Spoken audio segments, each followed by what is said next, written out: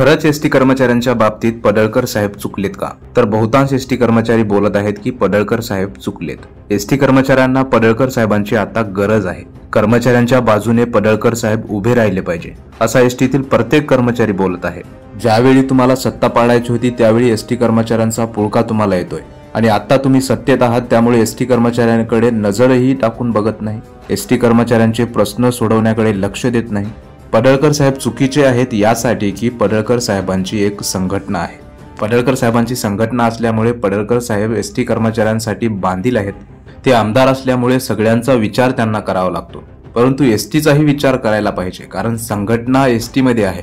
सच्चिदानंद पुरीच नव्हे तर एसटीतील प्रत्येक कर्मचारी असं बोलत आहे की पडळकर साहेब आता कुठे गेलेत. आता खरं तर एसटी कर्मचाऱ्यांना न्यायाची अपेक्षा आहे, कारण आता सत्ता पालट होणार आहे. त्या अगोदरच एसटी कर्मचाऱ्यांना न्याय मिळू शकतो. सच्चिदानंद पुरी गेल्या 7 दिवसापासून उपाशी पोटी एसटी कर्मचाऱ्यांसाठी झगडतोय. तो मेला गेला झाला आहे. त्याकडे सरकार तर दूरच एसटी कर्मचारीही त्यांना जाऊन भेटत नाहीयेत. हे दुर्दैव आहे. एसटी कर्मचाऱ्यांसाठी झगडतोय, ते स्वतःसाठी झगडत नाहीये. त्यात त्याचा स्वार्थ लपलेला नाही.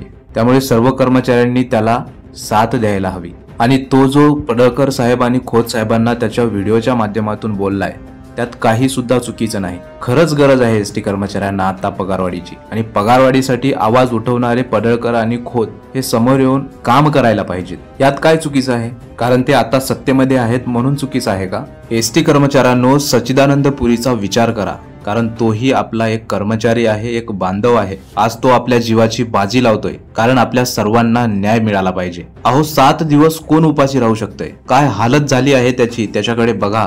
शेवटी तो पण एक माणूसच आहे. त्याला पण कुटुंब आहे, त्याला पण मुलं बाळ आहेत. सरकार तर कुंभकर्णाची झोप घेत आहे, कारण सरकारला एसटीचा प्रश्न एकदम क्षुल्लक वाटतोय. मागच्या 20 तारखेला निर्णय होणार होता, आज 28 तारीख संपली तरी देखील निर्णय झाला नाही. त्यामुळेच म्हणतोय की सर्व एसटीतील संघटना, पडळकर साहेब असेल, खोत साहेब असतील किंवा इतर कोणत्या उरल्या सुरलेल्या संघटना असतील, यावेळी जागी झाल्या पाहिजेत. यावेळी न्याय मिळू शकतोय. फक्त तुम्ही एका दिलाने मागून घ्या, अन्यथा सर्व एसटी कर्मचाऱ्यांचं दारिद्र्य कधी संपत नाही. मागच्या संपाचा विचार करा. 5,000ची बेसिक मध्ये वाढ आतापर्यंतच्या एसटीच्या इतिहासात कधीच झाली नव्हती, कारण त्यावेळी संपूर्ण एसटी कर्मचारी संघर्ष केले, त्यामुळे त्यांना न्याय मिळालाय. म्हणून एसटी कर्मचाऱ्यांनो, संघर्षाशिवाय पर्याय नाही. एकमेकांना शिवीगाळ करून काही होत नाही. जे चुकीचं आहे त्याला चूक आहे म्हणणं, यात कसली चूक? चुकीच्याला चुकीचं म्हणण्याचा अधिकार संविधानाने दिलेला आहे. आणि संपूर्ण महाराष्ट्र बघितलेला आहे की पडळकर साहेब आणि खोत साहेब 2021च्या संपामध्ये कशा प्रकारे पुढाकार घेतलेले होते, आणि तेव्हापासून आतापर्यंत एसटी कर्मचारी कमी पगारामध्ये काम करत आहेत. सरकारी कर्मचारी आणि एसटी कर्मचारी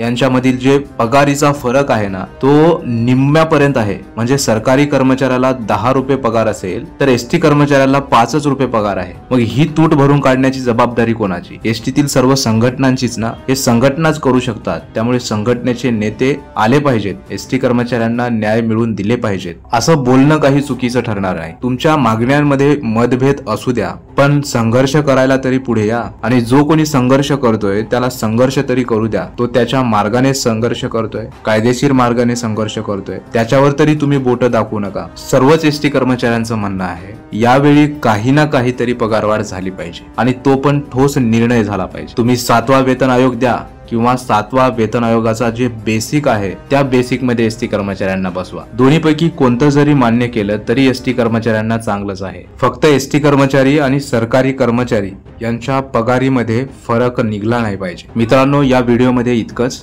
व्हिडिओ आवडल्यास लाईक करा. धन्यवाद.